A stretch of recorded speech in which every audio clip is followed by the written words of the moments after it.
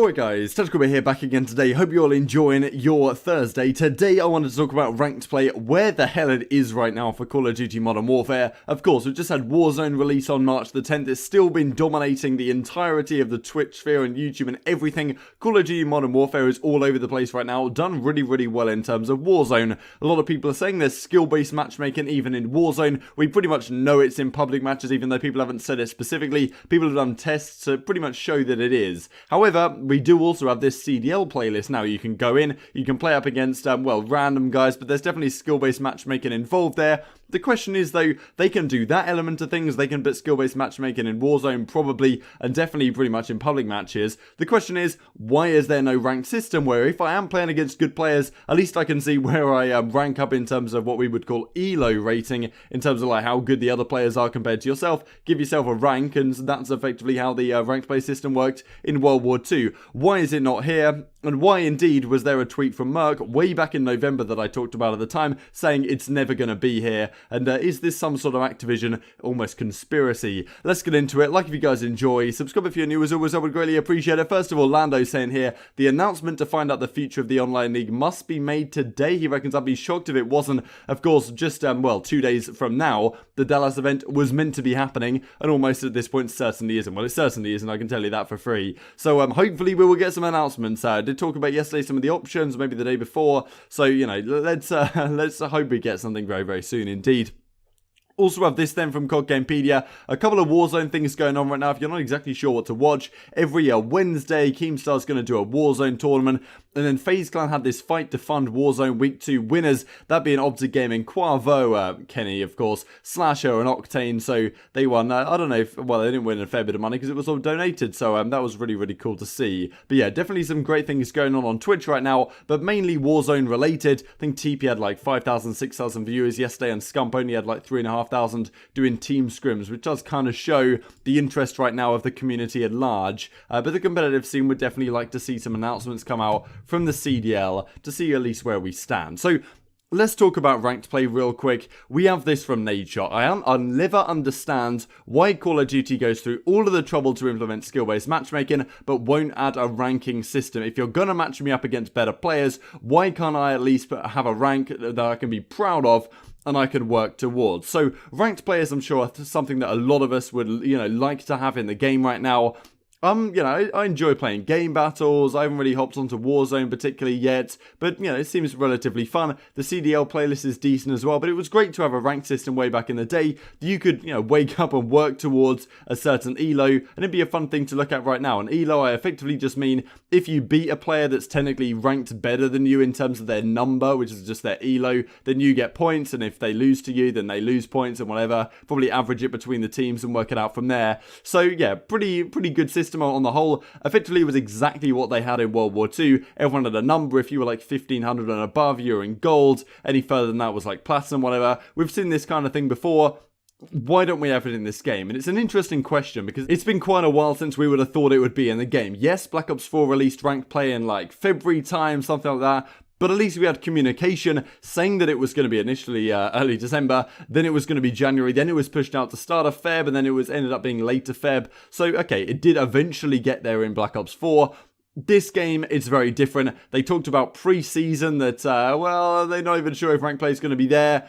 And then it just hasn't happened since. So, question is really, why is this the case? Few thoughts on Reddit here, which I found kind of interesting. I'll just go through real quick. So, firstly, games need some skill-based matchmaking because of the players that have accessibility issues. There's some players who are just super new to Call of Duty, or like literally are, you know, have accessibility issues, as he said, are disabled in some way or another. They only have like one working thumb or something like that. That means that they really have to be in a lower skill category than the rest of people. That's perfectly fine. Have a protected bracket of very new or, you know, very poor in terms of KD or whatever individuals that are in the same bracket and they can play against each other.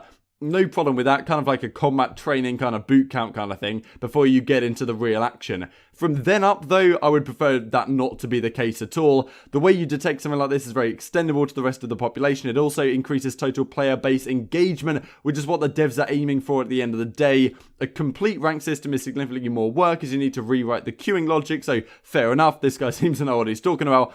Unfortunately, and what blows my mind, is that Activision haven't figured out a generic back end and let each studio just use that so the wheel isn't reinvented every time. This is a great idea, right? Like in theory, Activision comes up with the back end stuff, they deliver it to the developers, the Infinity Wards, the Treyarchs, the Sledgehammers of the world, and they go on and make their adjustments and just use that logic in their game. So every year we don't have to worry about the situation of where's rank play coming out? Is it going to be 3 months time? Is it going to be 4 months time?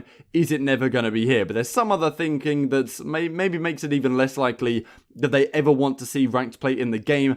Maybe there's some reasons for that, because they've gone to the effort of putting the CDL playlist in the game and deciphering the skill-based matchmaking logic, which is hardly easy to do, but we still don't get a ranked play system. So this is what a couple of people are thinking. Dong Liren here then, so the answer is simple. Joe Seacott, one of the guys over in Infinity Wards, believes ranked play shows players their actual level relative to the field. Skill-based matchmaking makes beginners think they're good, and ranked play breaks the illusion. It's the same reason why everyone thinks they're good at poker, but in chess the ELO doesn't lie. Long story short, another decision to protect newcomers over skill/meritocracy. That's where I beg to differ. Even with rank play, it doesn't show someone's true skill level, since I can't count how many trash kids got masters in Black Ops 2 because of how flawed it was. One of the games with the best ranking system was Halo 2/3, but best ranking system ever a decade ago. Tragic scenes. But this was probably the case in Black Ops 2. Yes, it wasn't perfect. People always talk about how good Black Ops 2 League play was, but to be frank, there were some issues with it. A lot of really, as he says, trash kids managed to get here into the Masters ranking. However, World War II, for my thing, it was pretty damn good. Like, when you get up to, like, the 1900 ranks and stuff like this, it started to become really difficult in World War II ranked play. And genuinely, once you got into the 2000s, the 2100s, the players were really very good, and it was very difficult to get a particularly high rank. So, I thought World War II honestly did a pretty stand-up job for the most part. There were some glitches and stuff to be worked out. But I think this whole concept is a pretty interesting idea. The skill-based matchmaking, of course, if you're a beginner, you think you're probably a pretty good player. Everyone else you're playing up against, you're dropping a 1KD. Sometimes you get a 2KD, then you'll probably get harder lobbies just after that. Sometimes you're getting a little bit worse, and it seems like you're a decent player relative to who you're playing against. You go into rank play, you play the placement matches. Some of them you smoke kids, some of them you get absolutely smoked, and you get put into a pretty low rank. If you're a pretty new player, then you're going to know you're not really that good. And does that disincentivize you from playing the game? Does that think, damn, I'm actually really not that good at this game, I just won't bother playing it? Is that people's thought process? Because my thought process would be, damn, I've been placed in bronze, it's time to get better, like let's start watching some YouTube videos from some professionals or something like that. That's what I did back in the day in Black Ops 2. And it helped me become like a decent, average to good, whatever player. So like that's how a lot of people's career, if you want to say it that, has gone throughout playing Call of Duty over several years. But apparently, maybe the Infinity Ward devs are thinking different, and if we do show them that they have a rank that's not as good as we would like them to be, then they're going to get disincentivized, they're not going to want to play our game anymore. In my opinion, it would be the other way around. If I got put into a low skill bracket and I recognized that I actually wasn't as good as I thought I was, that just makes me try and be better, right? And get into silver, get into gold, and progress from there. So, it's not a situation that we've had to deal with in CODs in the past, but it's definitely possible that Infinity Ward or Activision more generally have actually thought that this is a beneficial thing for the player base of the game, because they're trying to get new players in. Definitely fair enough. You don't want to scare them off. Definitely fair enough. Is this a way to do it, and is that their thinking? Who knows? I really hope it's not. But as Blake says here, go into guard on a whim and speculate that Activision knows they are targeting the general public. They don't want to actively discourage the player base by exposing how bad they are. That dynamic changes when you don't have a new game every year, e.g. League/CS. So maybe that's true to some degree. Almost a year to the day, and this still holds true from TSM to Juan. So this is a tweet that I'm sure some of you guys have seen before, but it's still a very interesting one in my opinion. And this is it from Merk. So I got this from a video I made a long time ago now. Just screen grab this. 5th of November 2019, a ranked playlist can't come soon enough, I can't wait, says Chance. Merk replies, it won't come at all. And at the time I was like, does he know something that we don't hear? Is he expecting, has he heard something from either Activision or Infinity Ward behind the scenes that says that that's not a plan that they have?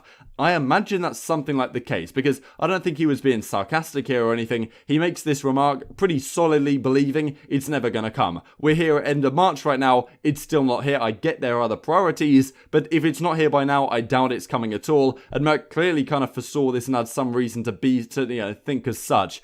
Therefore, to me, it seems like there's some decision that's been made either at Activision or at Infinity Ward that says, look, this is not good, it's going to scare off the player base, and I honestly wouldn't be surprised if there is some direction like that. So be intrigued to hear your thoughts in the comment section below. I'd love it to happen. I just don't think it's going to be the case. I actually have been enjoying the game more and more lately. Eventually, it's finally taken me a while to actually enjoy the thing, but it's getting there. Unfortunately, we have no ranked player list. Is that something we can expect out of Treyarch? Hopefully. That's why I hope it's not an Activision direction. It's more of an Infinity Ward thing they've decided on. We know what some of the developers over there are like. We've talked about that quite a while. Just before we finish this then, just wanted to share this tweet from Hastur, get some of your guys' thoughts on it. Esports is super corporate now, he reckons. Intriguing reply he makes to this one. Forget exactly where the reply was, but he does reply, to this tweet later down that it has been a good thing overall. He reckons that it's been a pretty good thing overall. I do think this is interesting because Hastur has been one of the guys, as we saw here, them discussing on Reddit, right? He's been one of the guys that's been pretty much promoting it as a corporate enterprise for a long time. How always like it's a multi-billion-dollar business or something. He's been working hard to get esports to that place. Mr. 401k says they're only going to invest if they can incorporate that corporate structure into the industry. So it's obviously something that's going to happen. Is this a bad thing for the scene? Who knows? Long term, this is just inevitable and it has to get to this point to be a successful venture, I suppose. Just a bit of an interesting one. The way that Hastur came out and did that tweet initially kind of implied that he didn't like the situation that he was currently finding himself in, but yeah, apparently he likes it. And this is the tweet here where he talks about that. Is it a good thing? Is it a bad thing? Like if you guys enjoyed, subscribe if you're new as always. Thanks for watching. I will see you next time. Stay safe. Come on. That guy's literally a 13-year-old kid and Crim's talking to him like that. Oh my god, I've been finessed! Crim is a grown-ass man just talking to a child like that, bro. Dude! This bro!